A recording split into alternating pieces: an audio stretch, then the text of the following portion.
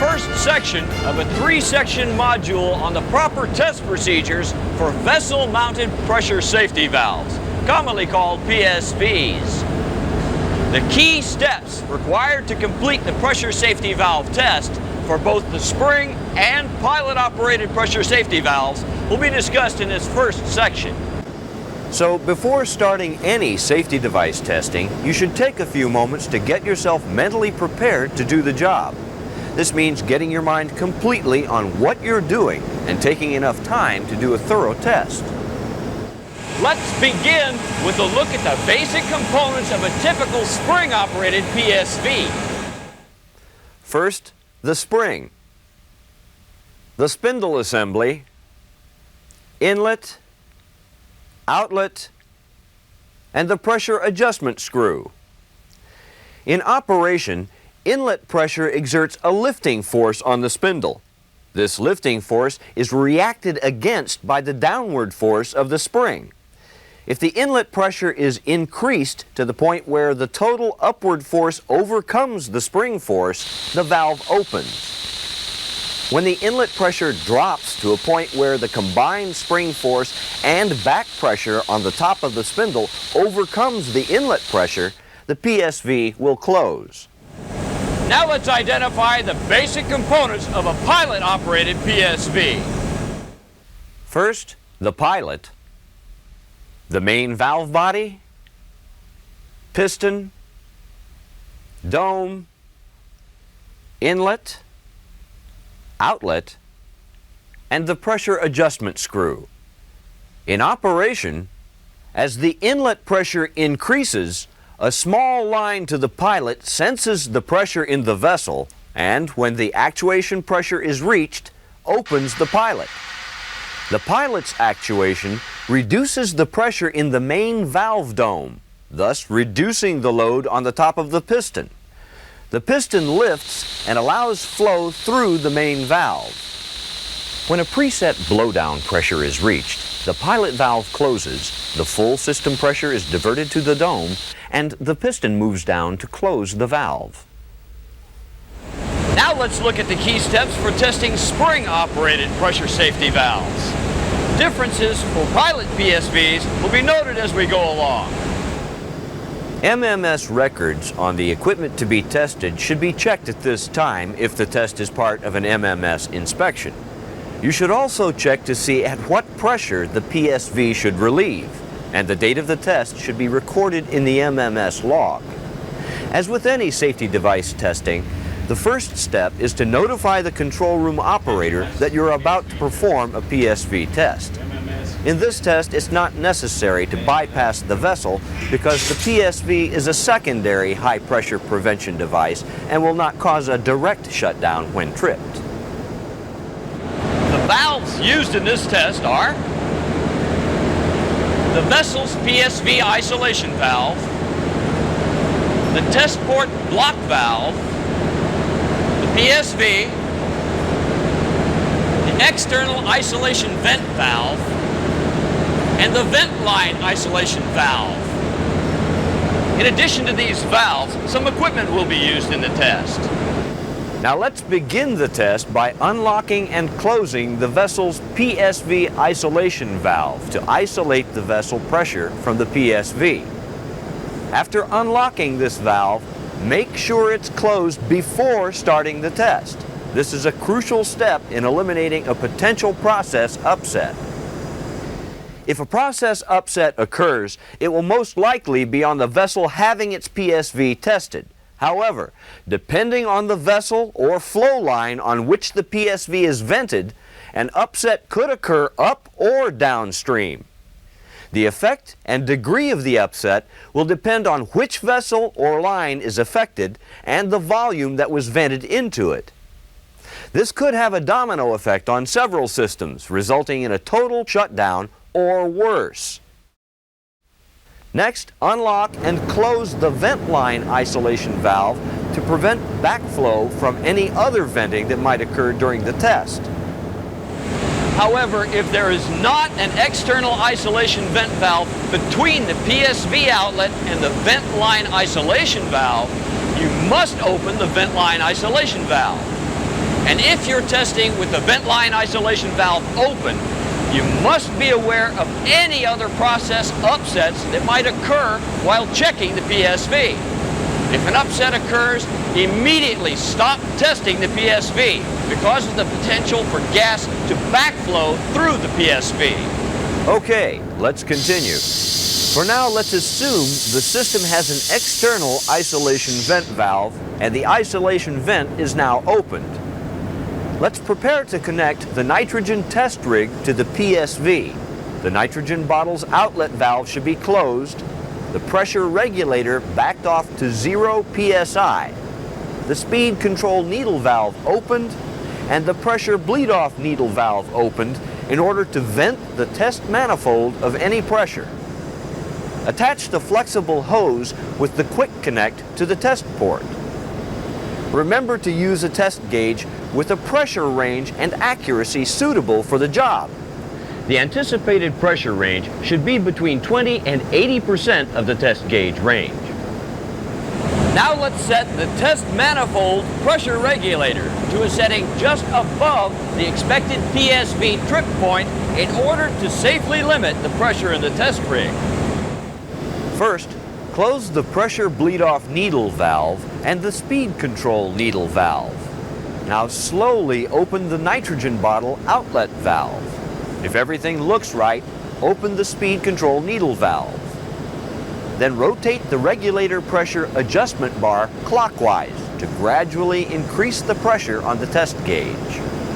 When the pressure is slightly above the expected PSV trip point, say 50 to 100 psi, then close the speed control needle valve. Next, use the pressure bleed-off needle valve to bleed down to the current working pressure of the vessel being tested.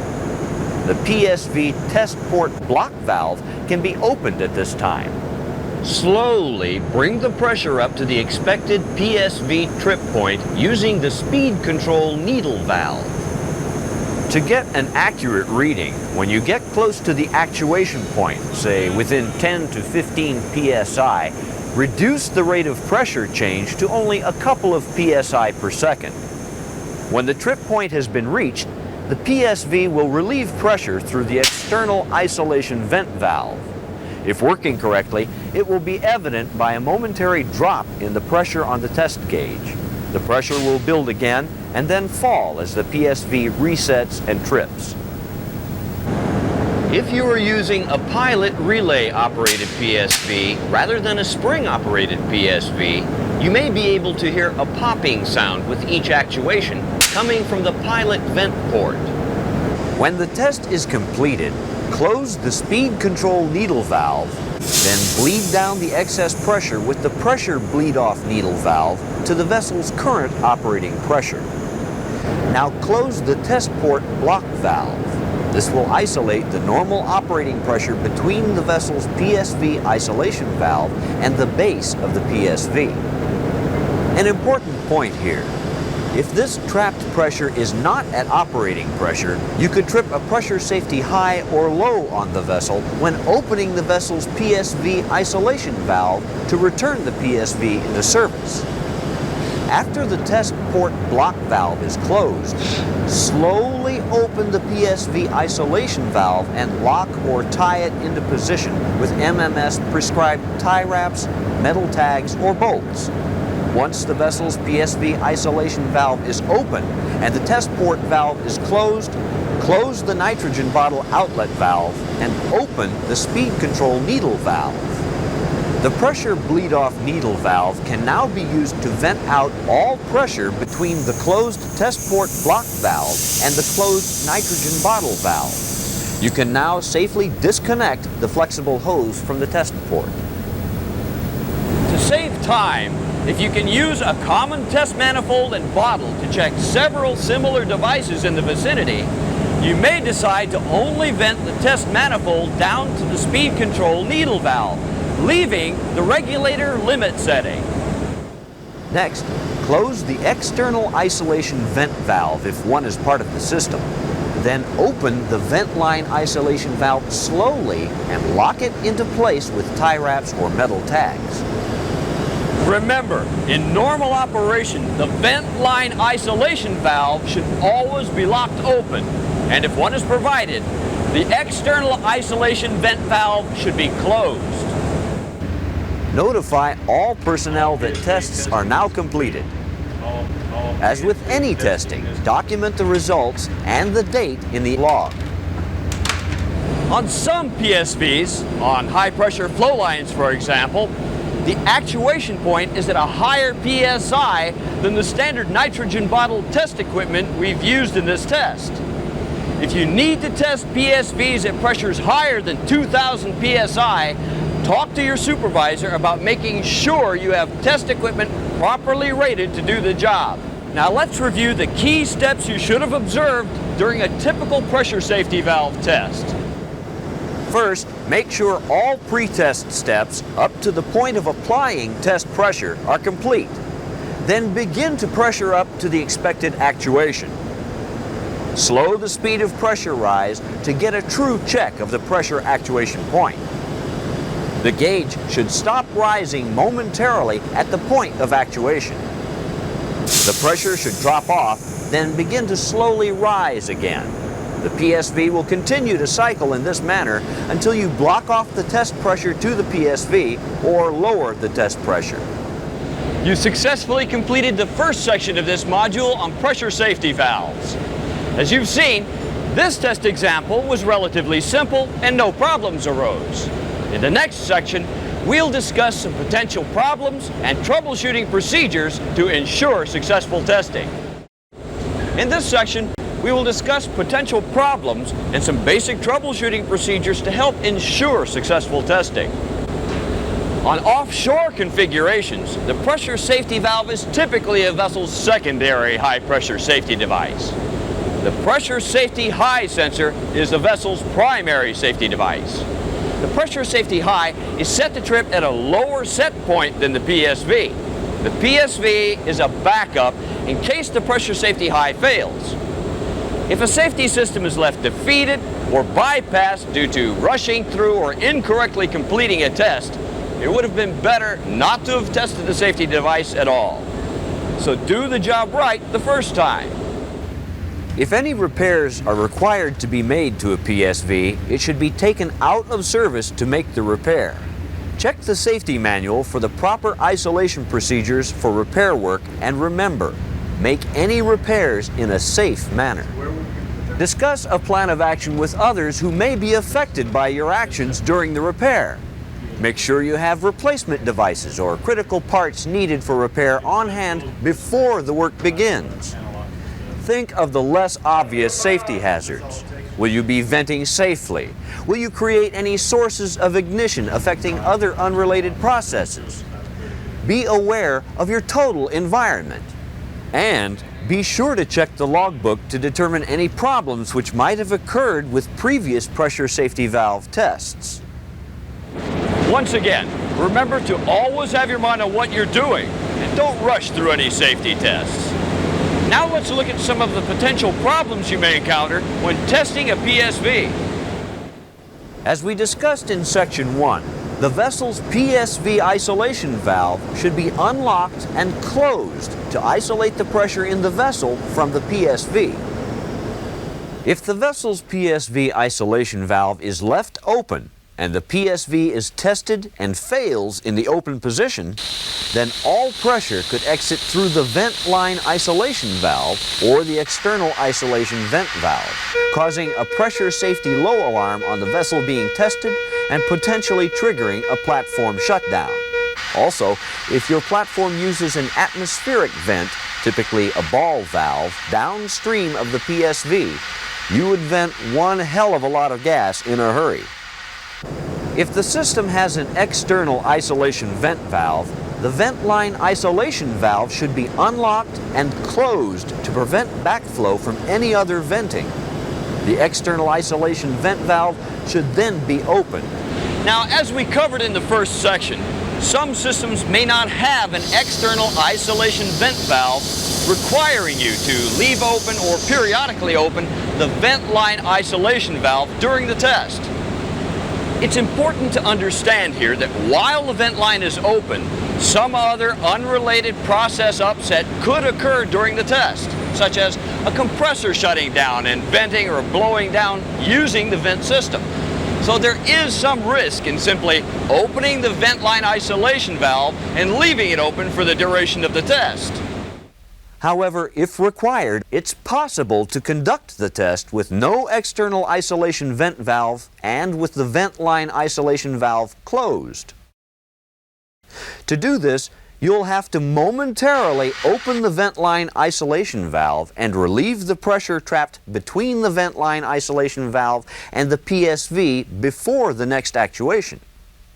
Now, after connecting the nitrogen test rig to the PSV test port, following the steps covered in Section 1, use the speed control needle valve to slowly bring the pressure up to the expected PSV trip point. If the PSV does not appear to actuate, recheck all valving to the test port of the PSV. Some test systems have a panel-mounted test port block valve and a test port block valve on the PSV itself.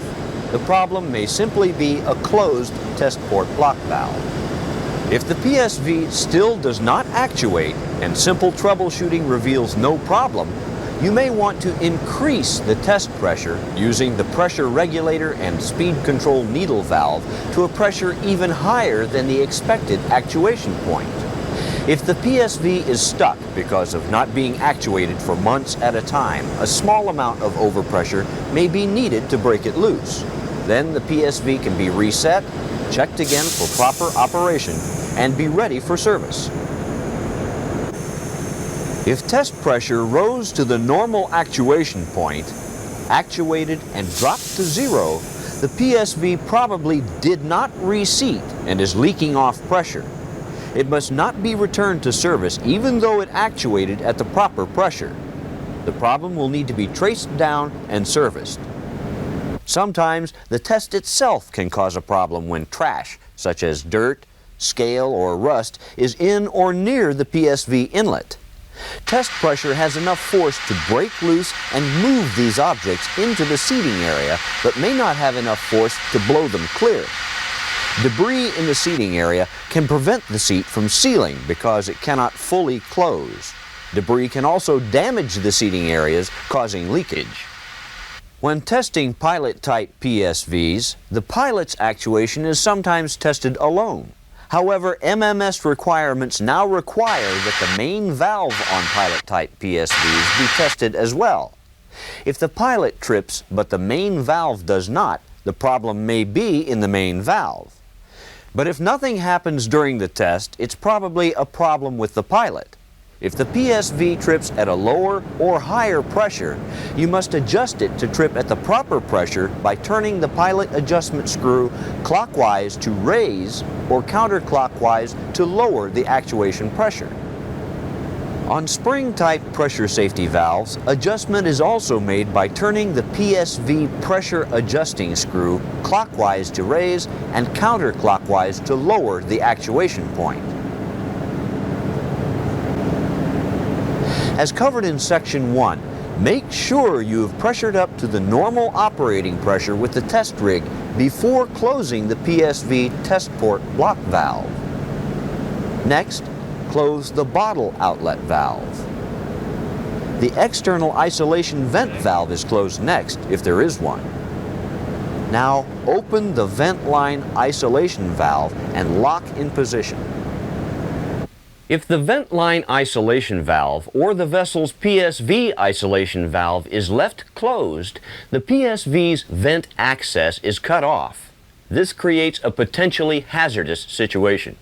If the vessel is overpressured due to a process upset and the pressure safety hide does not shut the source of pressure off, the vessel or PSV could rupture with possibly severe results. However, this situation can only occur if the pressure safety hide fails to cut off the source of overpressure before going above the maximum working pressure of the vessel or system and the vessel's rupture disc fails. So remember to open the isolation valve or valves and lock them open.